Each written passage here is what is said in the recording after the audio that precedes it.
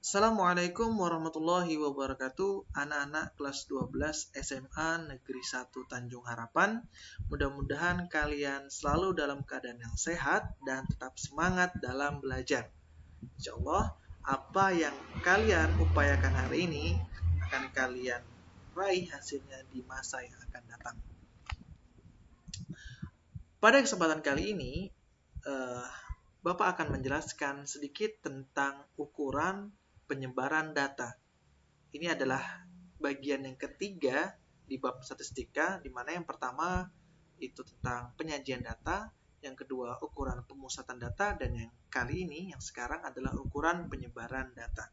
Nah, tujuan pembelajaran kali ini adalah kalian diharapkan dapat menentukan ukuran penyebaran data yang disajikan dalam bentuk tabel distribusi frekuensi dan histogram, dan menganalisis ukuran penyebaran data yang disajikan dalam bentuk tabel distribusi frekuensi dan histogram, serta menggunakannya untuk menyelesaikan masalah.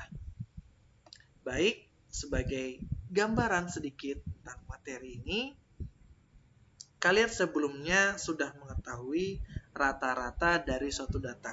Ternyata rata-rata dari suatu data tidak cukup untuk mendeskripsikan data sepenuhnya. Kita juga perlu mengetahui bagaimana penyebaran data. Sebagai contoh seperti ini. Ada seorang penjual di sebuah pasar, dia menjual sepatu olahraga ya. Dia mengetahui bahwa rata-rata ukuran sepatu olahraga yang laris itu adalah ukuran yang 40.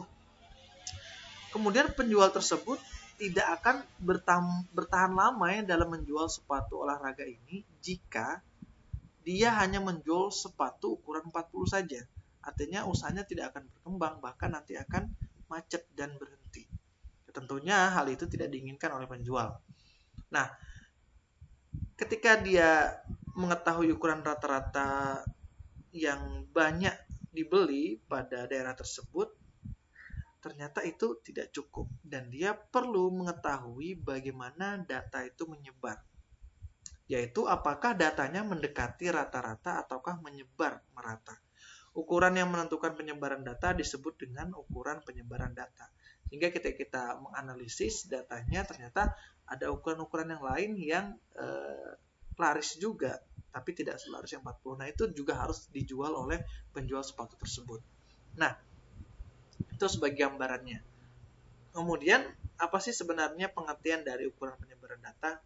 Nah, ukuran penyebaran data adalah suatu ukuran yang menyatakan seberapa besar nilai-nilai data berbeda atau bervariasi dengan nilai ukuran pusatnya, ya, atau seberapa besar penyimpangan nilai-nilai data dengan nilai pusatnya. Oke. Pada kegiatan belajar kali ini, kalian akan mempelajari ukuran penyebaran data, ya, khususnya data yang berkelompok yang meliputi simpangan rata-rata, simpangan baku atau standar deviasi, dan ragam atau varian. Ya. Nah, untuk kesempatan kali ini, pada video kali ini, Bapak akan menjelaskan simpangan rata-rata terlebih dahulu. Simpangan baku dan ragam nanti di kesempatan berikutnya. Nah, yang pertama adalah simpangan rata-rata. Pengertian dari simpangan rata-rata adalah rata-rata dari selisih mutlak nilai semua data terhadap rata-ratanya. Jadi kita nanti mencari selisih antara setiap data terhadap rata-rata datanya. Kemudian nanti kita bagi ya dengan jumlah data keseluruhan. Artinya rata-rata dari selisih mutlak nilai semua data terhadap rata-ratanya. Supaya lebih jelasnya kita lihat dulu. Di sini ada rumus simpangan rata-rata untuk data yang sifatnya tunggal. Ini ya data tunggal. Nah, habis itu nanti kita data berkelompok. Nah, simpangan rata-rata atau mean deviation dari data X1, X2, ini urutan datanya ada berapa sampai data ke N, dirumuskan dengan SR sama dengan sigma I sampai N. Dengan I sama dengan 1, dimulai dari 1 sampai N nanti berapapun jumlah datanya. Kemudian ini dikali ini dari sigma dari nilai mutlak. Nilai mutlak itu artinya nanti ini selisihnya harus bernilai positif. Ya. Ini XI dikurang X bar. Artinya data ke I keberapa nanti dikurang dengan rata-ratanya dibagi jumlah data keseluruhan.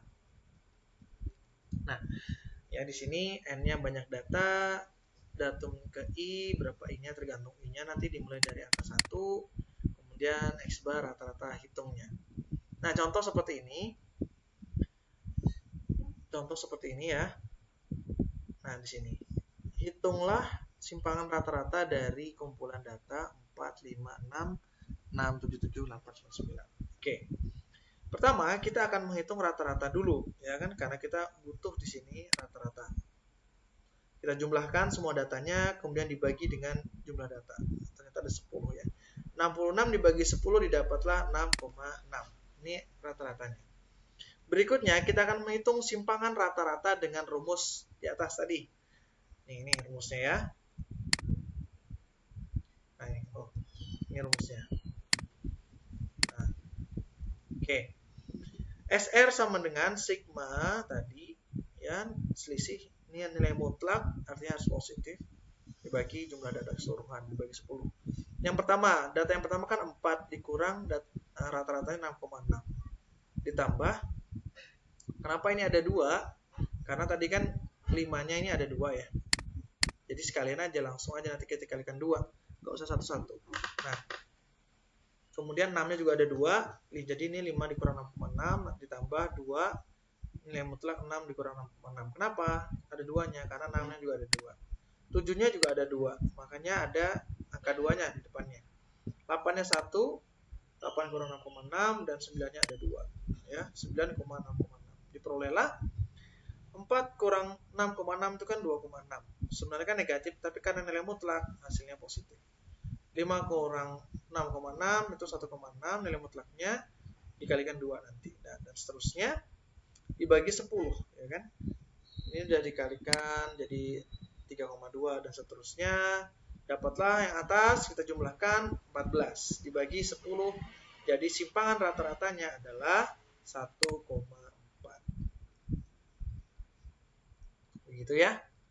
Nah, kemudian sekarang data berkelompok. Coba kalian pahami yang ini. Bila ada yang kurang jelas nanti bisa chat ke Bapak melalui WA ya. Nah, untuk rumus data berkelompok ada sedikit perbedaan. Di sini ada tambahannya FI atau frekuensi ya. Ada frekuensinya. Nah, sebenarnya prinsipnya sama, cuma di sini nanti datanya disajikan dalam bentuk tabel distribusi frekuensi. Nah, langsung saja kita ke contoh.